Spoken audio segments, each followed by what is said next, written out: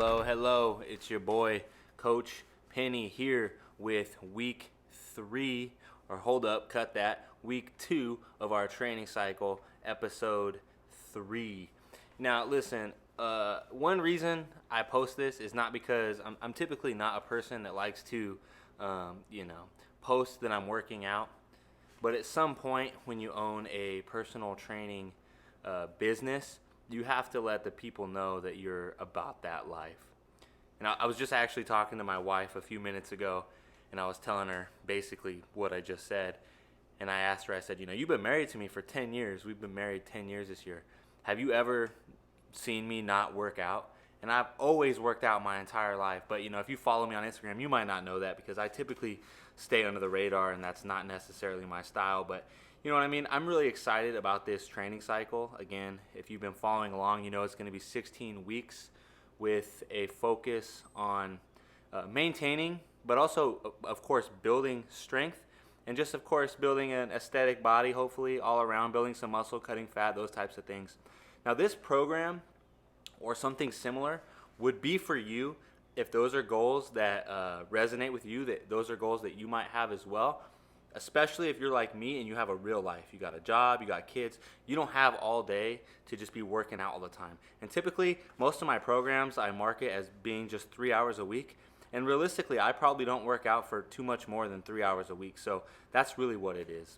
So let's get into this and talk about our week 2 overview and what we're looking at here. So really, one of the major changes into week 2 goes off that 5-3-1 program. So you're looking at the reps in our primary workouts, which are the workouts that are listed real big across the top: back squat, military press, and trap bar deadlift. And you can see all the information for those workouts in blue there. Our reps have gone from sets of 5 in week 1 to sets of 3. And then our final set in week 1 was 85%, and in week 2, the week we're in now, the intensity bumps up 5% to 90%.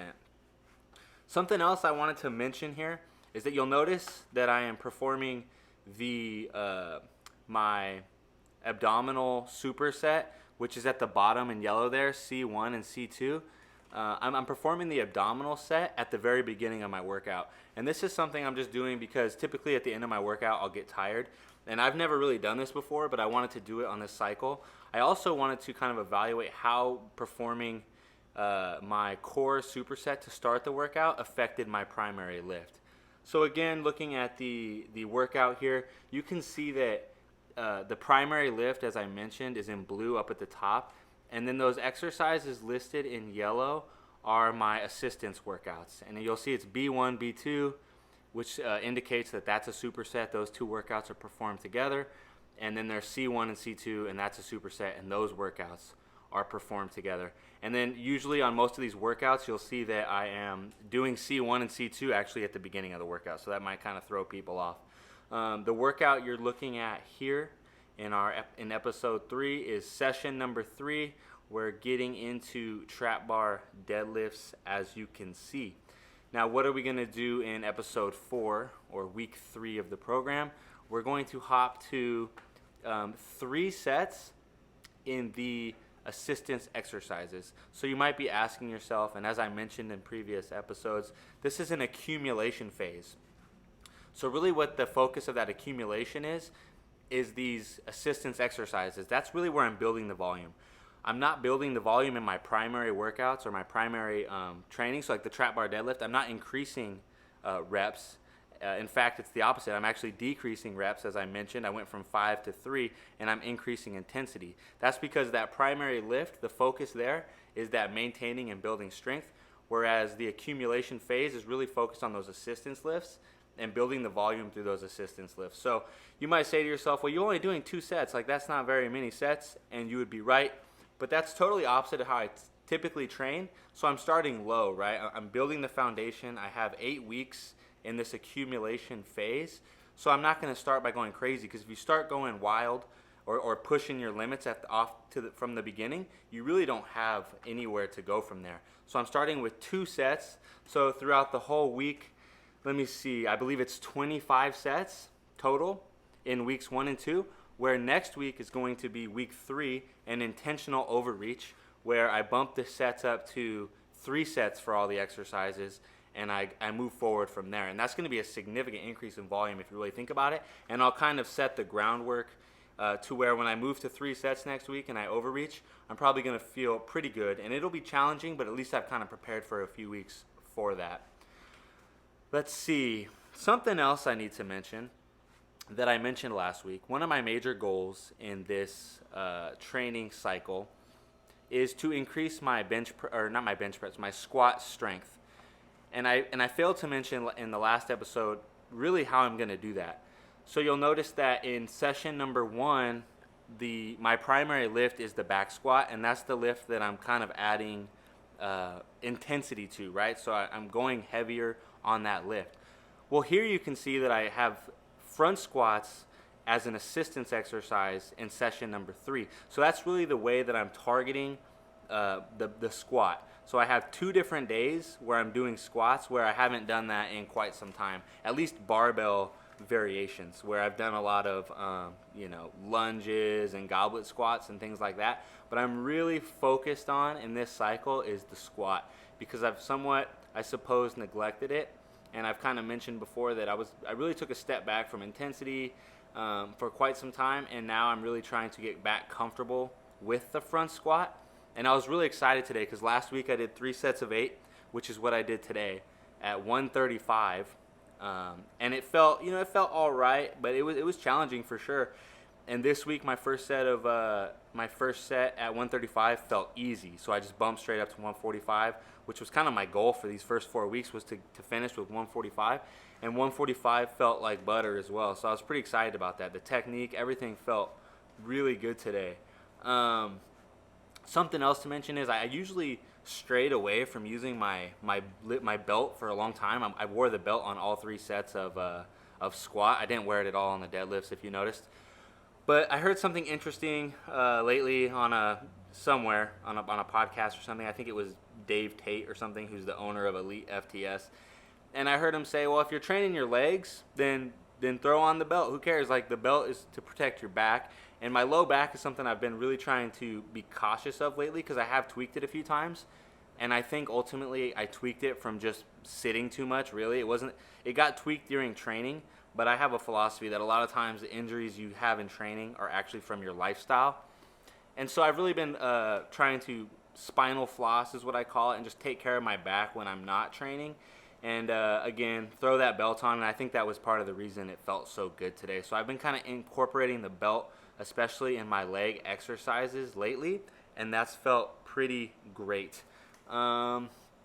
Let's see.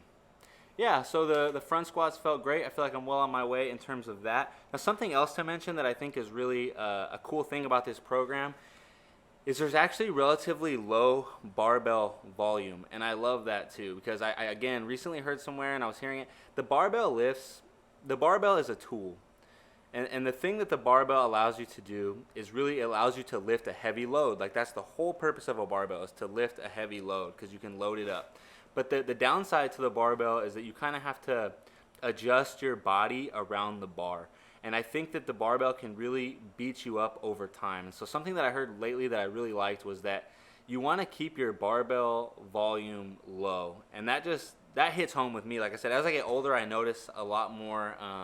I'm just really aware of how the exercises feel. And so I do notice that. Like, you're kind of forcing yourself into a position around the barbell. And so, like I said, the barbell volume of this program is pretty low, and I like that. I think it's very effective, especially when you consider, like, the fact that, like I've mentioned before, I'm an advanced lifter. I would say I've been lifting for, again, 17 years. It's been a long time, and so I don't need a bunch of barbell volume. Like, that beats me up pretty good. But another thing to consider is that I heard this recently as well, and it's true. The more advanced you are as a lifter, the more strength gains you can get at lower percentages, meaning you don't have to always be lifting 90+% in order to get strength gains. You can get strength gains lifting in that 70 to 80% range easily, even lower than that. And I believe this was another discussion that some guys, some power lifters were talking about on a podcast I was listening to. You know, these guys that squat 1,000 pounds, they were mentioning, that's what they were talking about. That was the example. This was actually Mark Bell, I believe, a podcast he does. I forget. Yeah, Mark Bell. If you know, you know. He's been in the game. He created the documentary Bigger, Stronger, Faster. Mark Bell's awesome. He was having a discussion where when they were squatting up near 1,000 pounds, their training weight was like 405. That was like the weight they typically trained with. And if you think about that, that was less than 50% of their max. So again, low barbell volume is a interesting point of this program, and I think it's still effective, as well as, again, I'll hit this point home, sub-maximal training, whereas today I got up to 90%.